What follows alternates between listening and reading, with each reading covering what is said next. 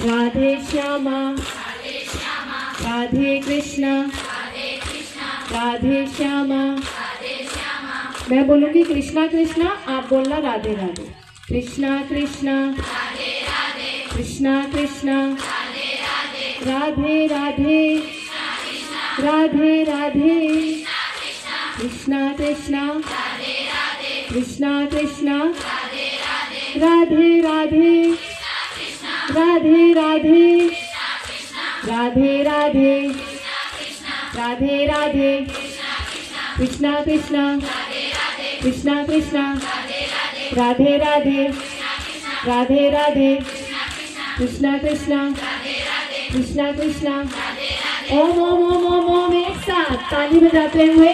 हम हैं भारत देश की तेजस्विनी। बोल देंगे एक बार सब गरज के। हम हैं भारत देश की, हम हैं भारत देश की। अभी भी आवाज नहीं आई। हम हैं भारत देश की। शाबाश। ओम ओम ओम ओम ओम ओम ओम ओम ओम ओम ओम ओम। दोनों हाथ ऊपर। हा हा हा। हम हैं भारत देश की, हम हैं भारत देश की। ओम ओम ओम ओम ओम ओम ओम ओम। दोनों हाथ ऊपर। हा हा हा हा।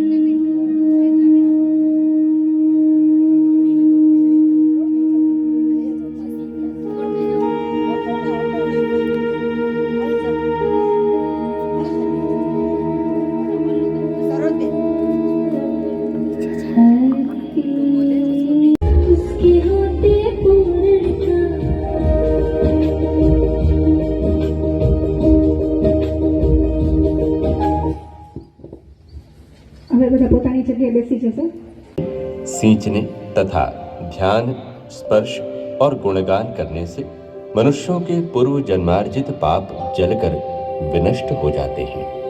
ये प्रदूषित वायु का शुद्धिकरण भी करती है। प्रातः खाली पेट तुलसी के 5-7 पत्ते चबाकर पानी पीने से बल, तेज और स्मरण शक्ति बढ़ती है। तुलसी गुर्दे की कार्य शक्ति को बढ़ाती है, कोलेस्ट्रॉल को सामान्य बना देती है, हृदय रोग में आश्चर्यजनक लाभ करती है। आंतों के रोगों के लिए तो ये रामबाण औषधि है। इससे प्राणघातक रोग भी ठीक हो सकते हैं। नित्य तुलसी सेवन से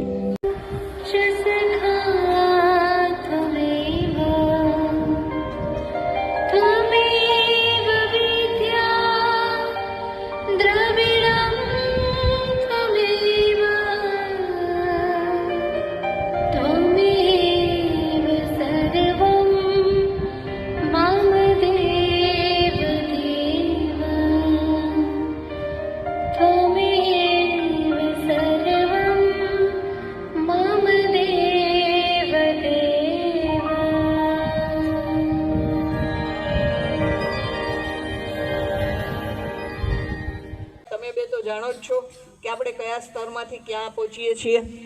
ત્યારે મને એમ ચોક્કસ ખ્યાલ હતો જ, અને આજે વધુ સ્પષ્ટ થઈ છું કે આજનું કદાચ રીડિંગ ગયું, કદાચ આજની ટેસ્ટ એક ઓછી થઈ, કે કદાચ આજનો એક ક્લાસ ઓછો થયો, પણ આજે દીકરીઓ અહીંયા જે મેળવ્યું છે એ બધાથી વધારે છે. અને આપણે ઈચ્છીએ, અમારો MD મહેતાનો એક સૂત્ર છે કે શિક્ષણ શિસ્ત અને સંસ્કારથી જ શોભે. શિસ્ત અને સંસ્કાર વગરનું શિક્ષણ એટલે બે મીંડા, એની કોઈ કિંમત નથી. ગમે એવડા થાવ, જો તમારામાં નિયમ પાલન ન હોય, જો તમારામાં સંસ્કાર ન હોય, જો તમે મોટાની મર્યાદા ન જાળવી શકો, જો તમે સાચું ખોટું પારખી ન શકો, જો તમે નાની નાની લોભ લાલચમાં ફસાય અને તમારું જીવન બરબાદ કરો, તમારામાં જો સહન શક્તિ ન હોય, ટોલરન્સ પાવર ન હોય, તમે ધીરજ ન ધરી શકતા હો, તો આ શિક્ષણનો કશો જ અર્થ નથી. આ નકામું છે. અને મને કહેવા દો કે આપણી માં કદાચ, હવે જો કે તમારી ઉંમરના જે દીકરીઓ છે એની માં તો ભણેલી હોય છે, પણ એનાથી મોટી ઉંમરના અહીંયા બેઠેલા છે એના મમ્મીઓ કદાચ ભણેલા નહીં હોય, પણ આમના કરતાં 7 ગણું ગણેલા છે. એ જિંદગીની દરેક પરિસ્થિતિને હિંમતથી સામનો કરે છે. એમણે કોઈ દિવસ નકારાત્મક વિચારો નથી કર્યા, નથી કોઈ દી ભાગી છૂટવાની વિચાર કર્યો, નથી કોઈ દી છૂટાછેડાનો વિચાર કર્યો, નથી કોઈ દિવસ પોતાના જીવનના અંત આણવાનો વિચાર કર્યો, નથી કોઈ દિવસ પિતાની ઘરે પાછા જવાનો અહંકાર રાખ્યો. એણે હંમેશા રાખ્યું છે કે જે નારી સહન કરે તે જીવન તરે. જીવનમાં જો સફળ થવું હોય તો થોડું ઘણું સહન કરતાં શીખવું જોઈએ, પણ એ સહન શક્તિ આપણી અસ્મિતાને આડે ન આવવી જોઈએ. આપણું જે જીવન તત્વ છે, આપણું જે સત્વ છે, આપણી જે ઓળખ છે, આપણું જે સ્ત્રીત્વ છે, એના આડે આવવું જોઈએ નહીં. એવું જ્યારે થાય ત્યારે તમે રણચંડી બની જાઓ એવી અપેક્ષા રાખીએ છીએ. હમણાં અમદાવાદનો 2-3 વર્ષ પહેલાંનો કિસ્સો છે. મને લાગે છે કે બાપુનગર કે રખિયાલ વિસ્તારનો, બહુ છેવાડાના વિસ્તારમાં એક દીપડો આવ્યો અને મા પોતાના 2 બાળકોને લઈ અને કપડાં ધોતી હતી. સાંજનો સમય આવો અને દીપડો આવ્યો.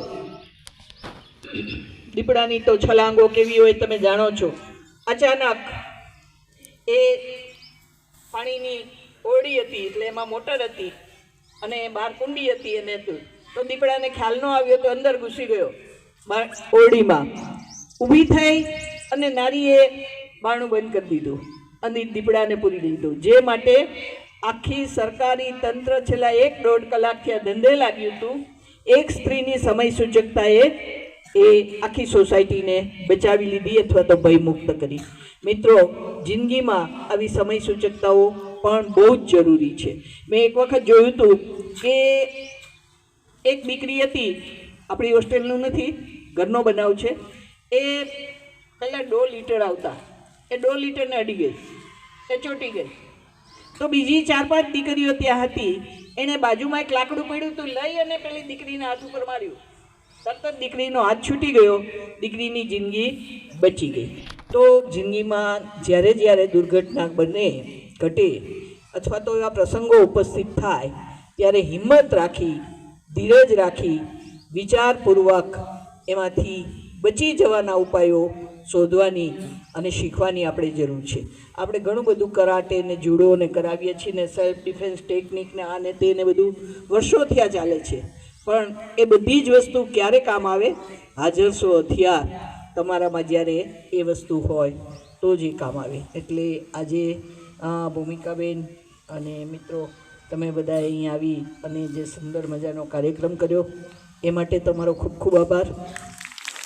અમારા ઉષાબેન, સમગ્ર ટીમ, નિર્જુ, સવિતા, કૃપાલીબા, હિરલ, વિલાસબા, બેનશ્રી પૂજા અને અમારા બંને કોઓર્ડિનેટર બહેનોએ આ સુંદર કાર્યક્રમનું આયોજન કરી આપ્યું અને સરસ રીતે પાર પાડવા માટે આજે રજાના દિવસે પણ સરસ કામગીરી બજાવી.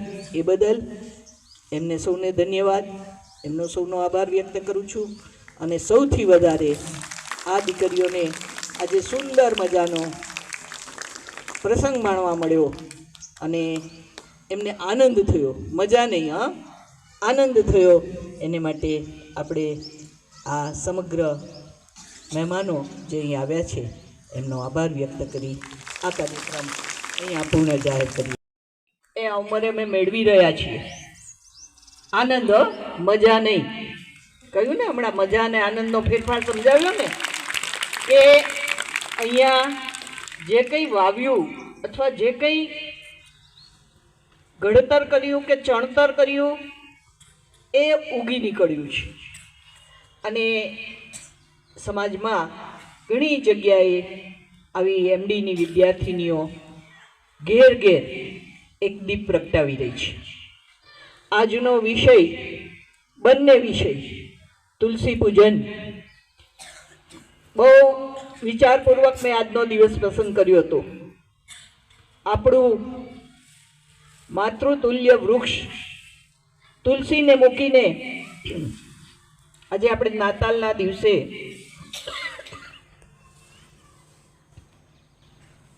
ક્રિસમસ-ટ્રી સજાવવા નીકળ્યા છે. ઘરમાં ભાઈ હોય, બેન હોય અને બાર ધર્મના ભાઈને બેન બનાવીએ તો સમાજને કેવું લાગે છે, એવું જ કંઈક મને લાગે છે. એટલે આપ સૌએ બહુ જ સારું કામ આજે અમારી આ દીકરીઓ માટે કર્યું છે. એને માટે અમે સમગ્ર સંસ્થા પરિવાર આપના ખૂબ ખૂબ આભારી છીએ. આ સહેલી વસ્તુ નથી. મને અહીંયાથી જામનગર જવાનું કહે ને રાજકોટ જવાનું કહે ને કે સુધાબેન આવો ને અમારે આ તહેવાર છે, આ પ્રસંગ છે, તો મને આળસ આવે છે, ના પાડું છું. ત્યારે તમે બધા પરને માટે આજે કામ કરવા નીકળ્યા છો. અને આ દીકરીઓ છે ને તેજસ્વીની તો છે જ, પણ એની માથે રાખ વળી ગઈ છે. એ ખંખેરવાનું, એ ઉડાડવાનું કામ તમે જે ભગીરથ અભિયાન દ્વારા શરૂ કર્યું છે એનાથી અમે બધા ખૂબ ખુશ છીએ. મેઘાણીભાઈએ, આપણા રાષ્ટ્રીય શાયર ઝવેરચંદ મેઘાણીએ એક ગીત લખ્યું છે, તમને ખ્યાલ હશે, ભણ્યા છો. 14 વર્ષની ચારણ કન્યા, બાળી ભોળી ચારણ કન્યા. તો આવી તમે ચારણ કન્યાથી પણ વિશેષ બાળી ભોળી છો. પણ જ્યારે સિંહ આવ્યો ત્યારે પોતાના વાછરડાને બચાવવા એ ચારણ કન્યાએ હાથમાં ગોબો લીધો. ગોબો એટલે નાની જાડી લાકડી. અને એ સિંહ સામે એણે બાથ ભીડી. ત્યારે તો જંગલમાં સિંહ હતા, અત્યારે તો સમાજમાં ભૂખ્યા વરુઓ અહીં ને તહીં રખડે છે. નાની નાની લાલચમાં આવીને આપણે આપણું શું ગુમાવીએ છીએ એ બહેનો તમને નથી ખબર. પણ આટલી દીકરીઓ વચ્ચે રહેવાનો જે સૌભાગ્ય પ્રાપ્ત થયું છે ત્યારે બહુ સ્પષ્ટ કહેવું જોઈએ કે કોઈ પણ લોભ લાલચમાં પડો નહીં. મા અને બાપ સિવાય કોઈને આદર્શ કે હીરો માનો નહીં. જ્યાં સુધી મા અને બાપ એને તમે તમારા હીરો માનો ત્યાં સુધી તમે સલામત છો. જેવા બહાર નીકળ્યા, બીજાને કોઈકને પોતાનો હીરો માન્યો, પોતાનો આદર્શ માન્યો, આપણી અસલામતીની શરૂઆત ત્યાંથી થઈ જાય છે. આપણા ઘરમાં કદાચ આપણને વર્ષે 4 જોડી કપડાં આપણા પિતાજી લઈ દેતા હશે, પણ આપણને એમ થાય કે આ હા હા ભૂમિકા બેન તો કેટલો સારો ડ્રેસ પહેરે છે ને મારી પાસે તો એવો નથી, મારે એવો લેવો છે. અને કોઈ કહે કે હું તને લઈ દઉં, તું મારા ભેગી આજ ચાલ. તો આપણે એવી નાની વાતમાં લોભાઈને જે ગુમાવીએ છીએ એનું દુઃખ આપણે તો જિંદગીભર ભોગવીએ જ છીએ, પણ આપણા માતા પિતા એના 7 જન્મ સુધી એ ભોગવે છે. સમજી લેજો. હમણાં બેને કહ્યું કે જાણ્યા સમજ્યા વગર હાથ પકડી લીધો અને બંને જણા નદીમાં કૂદી પડ્યા. દીકરી ગઈ તો સૌથી વધુ કોણ રોયું હશે? મા બાપ બંને. જન્મ દઈને એક માટીના પિંડને 9 મહિના સુધી ગર્ભમાં સાચવીને મોટા કરવા, અને મોટા કર્યા પછી કોઈ કારણ વગર, કોઈ પણ જાતની મુશ્કેલી વગર એ વ્યક્તિ પોતાનું જીવન ગુમાવે ત્યારે મા બાપને જે દુઃખ થાય એ દુઃખની કલ્પના તો જેથી તમે મા બનશો તેથી ખબર પડશે, પણ કોઈ પણ અઘટિત પગલું ભરતા પહેલાં આ વસ્તુ વિચારવી જોઈએ. એવો શુભ સંદેશો બેને તેજસ્વીની અભિયાન દ્વારા આપ્યો છે. બહુ જ જરૂરી છે, બહુ જ જરૂરી છે. આજનું આ કદાચ અમારો શેડ્યુલ છે. ફેબ્રુઆરીમાં પરીક્ષા આવે છે. અમારી દીકરીઓ